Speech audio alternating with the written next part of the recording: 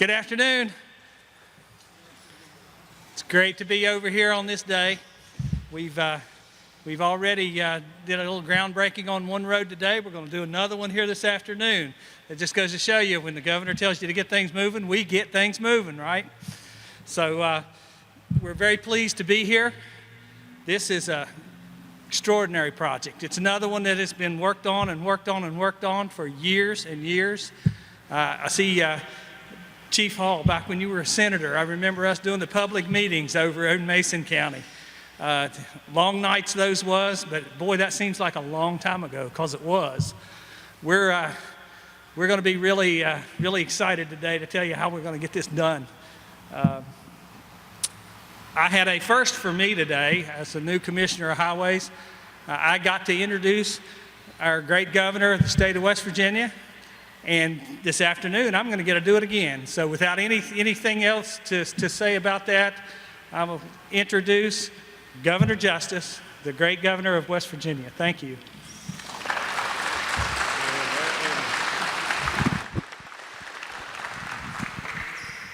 Okay, it's a great day. Great day. And I really appreciate all you guys. I mean, that's all there's to it. The ladies and men of our Department of Highways, I've got to tell you just this. They're working overtime and then some to do all kinds of work all around their state. They've been doing it for a long time, but we've got a little extra fire and a little extra get up in our step right now, and we're doing lots and lots and lots of good work. I would challenge everybody that's in this state, that as they see these people out on the sides of the roads working on pulling ditches or working on guardrails or working on fixing potholes or whatever it may be, if you can, at least toot your horn or wave at them. And if you get stopped and everything and have the opportunity to yell out the window and thank them, do it, because they're doing great work. And you know, we went through a thing, you know, in a press conference the other day and talked about all the stuff they were doing and all the 2,000 miles of ditches that they've accomplished and pulled in the last, 30 days, and on and on and on. I think it was 16,000 tons of asphalt, is that correct? And it just was unbelievable, the effort that they're putting in and making work. Now, we don't have our secretary with us today. That's, our Secretary of Transportation, Byrd White. His wife is ill, and I'd surely ask you for your thoughts and prayers for her. We've got, senators, we've got our chief, we've got lots of friends, and I'm sure, county commissioners and whatever here. But let me just go off the reservation just a little bit and just tell you this. It seems like it was yesterday that I was at Marshall University, and the dean of the School of Business was Dr. Robert Alexander, and he lives right in these woods and next to the woods that we're in right here.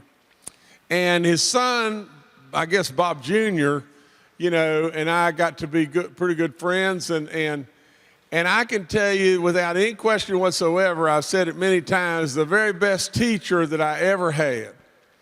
And I can tell you that I was brown hair and really skinny.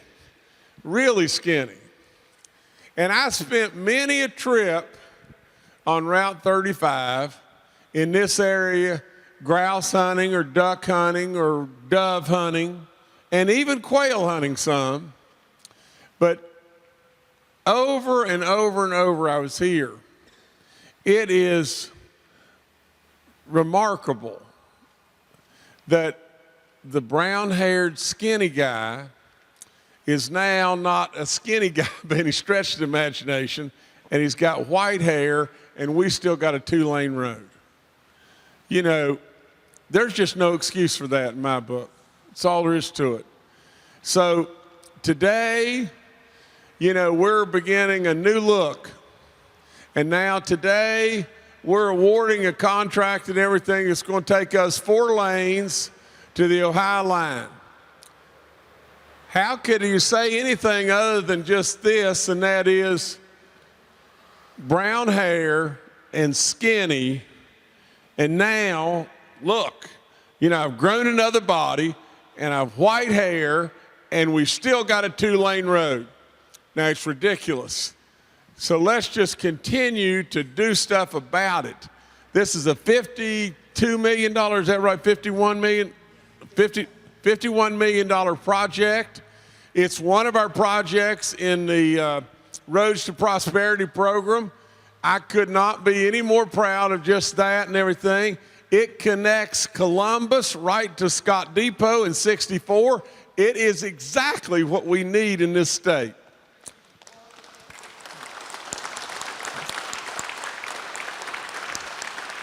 So, you know, I've mentioned our secretary. I've not mentioned this fellow. The last place I mentioned, and it's just me. You know, Jimmy Wriston's tailor-made for me. He's a get-it-done guy. He's no nonsense. He's absolutely on it, and he's stuck on. You know, I love people that are stuck on. I mean, I don't need people around me that are sticks in the mud. I always say, you know, what we ought to do is get the sticks and beat them with it. But nevertheless, you know, I think, you know, that this man is, you know, enthusiasm is contagious. And if we just tell the truth and we just love one another and we absolutely put our brains and our efforts to really work.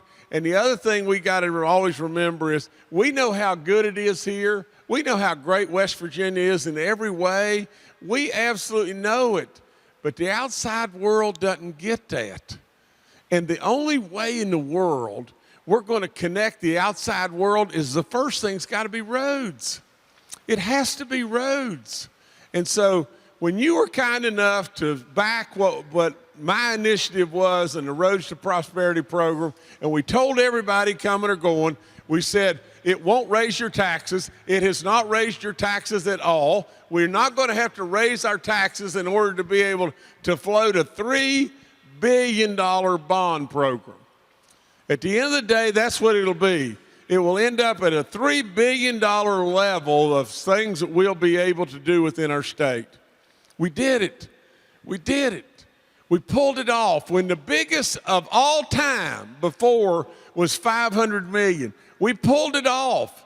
And we pulled it off with all the naysayers saying, well, they're going to have to raise your taxes. Well, we didn't. And so lo and behold, not only did we pull it off, but look what's getting ready to happen right out here now. We're going to connect, and we're going to connect Route 35 all the way to the Ohio line, and we're going to have it done in October 2020. Is that right? October 2020.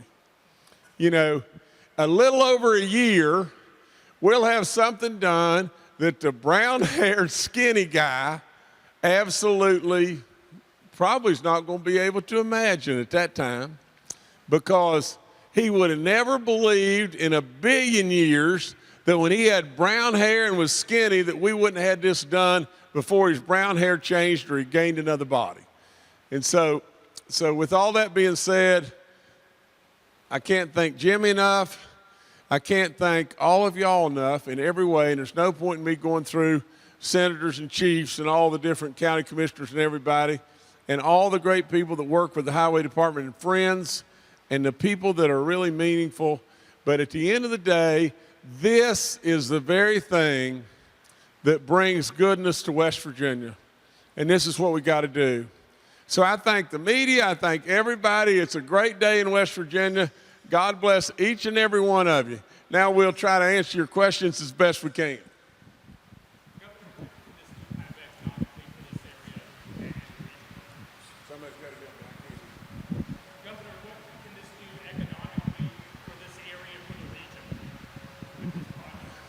Well, the question was, what will this do economically, I think, for the region in this area?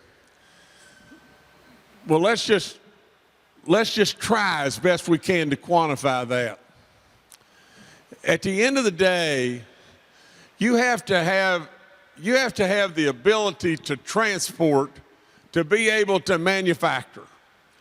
You know, and then when you have the ability to transport and you have manufacturing sprout up around you, then all of a sudden, what is the multiplier effect of one job? Well, it becomes in most instances, you know, Dr. Alexander would have taught me the multiplier effect of a dollar is usually 10 times. And then when that dollar's spent, it multiplies again.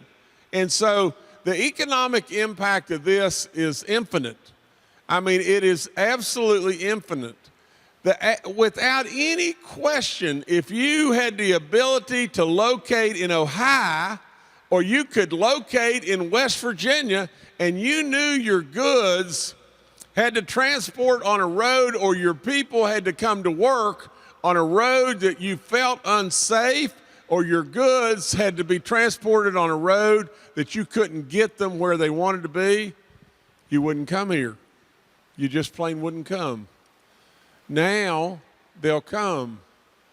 You know, there's so many enticements of West Virginia, but the absolute thing we've got to start with is just one thing, and that is all there is to it. Our highways, our arteries need to be perfected to where people can come and go and move around like they do in all kinds of other states.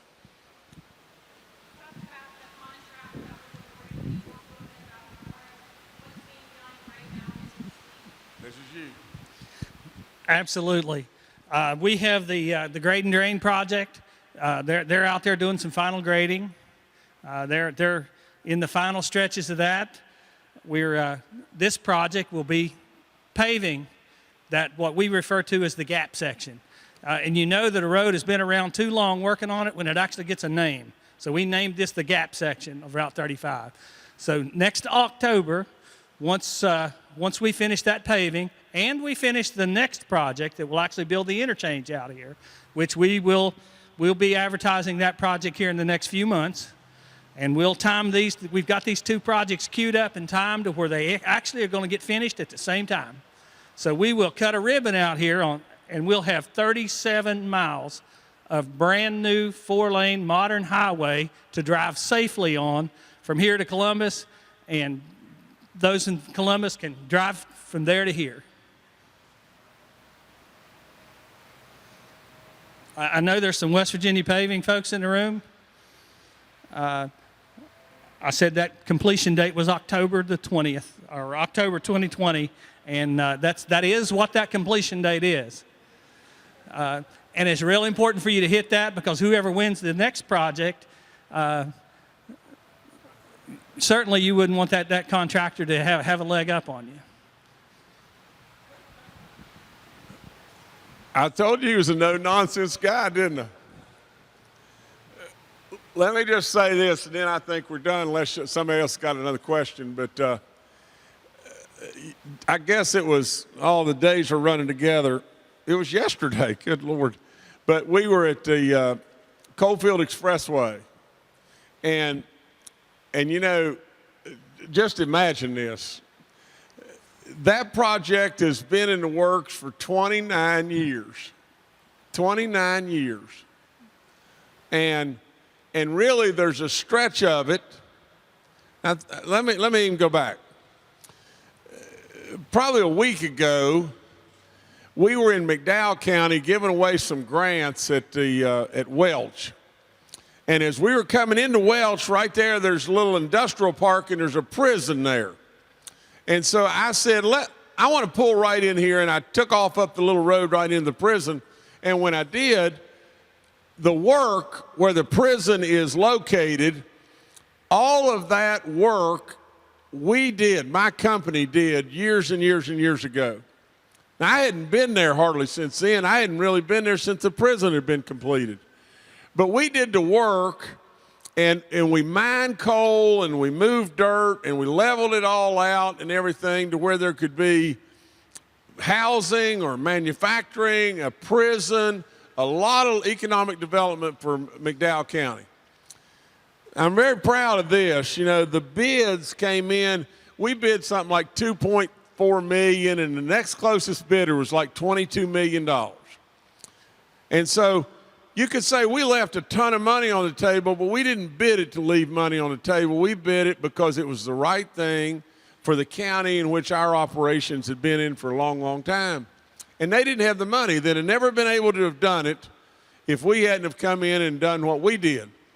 But nevertheless, I went in there and everything to look because there was a section of the Coalfield Expressway that was built at the time we were in there doing the mining. Now, we didn't have anything to do with the building of the road, but on one end, it didn't connect to anything. On the other end, it didn't connect to anything. And I wondered, well, why in the world did they do that? And it probably spent millions. I don't know, probably $10 or $12 million in doing it. Well, when I went in there 20 years later, which was the other day, that section of road is grown up in grouse habitat now. They never did anything with it. It just sat there, you know, for 20 blooming years. It's just sat there. Well, the other day, yesterday, when I'm looking at that Coalfield Expressway, 29 years, another section that we finished, I don't know how many years ago, that comes from Beckley. It's 3 or 4 miles that goes down to where we were talking about now yesterday, doing 10 more miles of paving that connects to the town of Mullins to Beckley. Now remember just what I said, there was 3 or 4 miles on one end that was finished, and then there's that little bridge to nowhere that's out there. But the section that was finished 3 or 4 years ago, 3 or 4 miles right outside of Beckley, is worn out. Absolutely worn out. Now you just think about it. You know, this is what we've done in West Virginia. And we've done it because we didn't have the vision, we didn't have the money, we didn't have the creativity. We absolutely are growing old and dying before anything really happens. That road, that 3 or 4 miles of road that was worn out, we have a paving contract that's going to be done now on that road to restore that road before any of the rest of it ever got completed. You know, it's just amazing. It just drives me crazy. You know, I don't live in that world. I do not live in that world. We're better than that. We're just flat better than that. You've got the greatest people in the world here that work really, really hard, and all they wanted is a chance to be able to go to work, and you just needed, and I hate to say it because it sounds like I'm throwing stones at the other side, and I'm not, but you needed leadership that had the vision and the creativity to go do something about it. This is a crying shame. It's a good day. It's a good day. But this is a crying shame that this has been that long. We're going to try to change that around here. And with great people like this man, and great people like all these people, and all of us together pulling the rope, we'll get there. We'll get there. Thank you for coming. I'm sorry I was late. It's all the people's fault that puts me in these meetings one right after another, and I couldn't get out. So nevertheless, you've got a great favorite son in Mike Hall. And you know, I know Mike is right from this neck of the woods, and he's a really good guy. Anyway, thank you. You guys did a great job. Thank y'all all for everything you do. Thank y'all.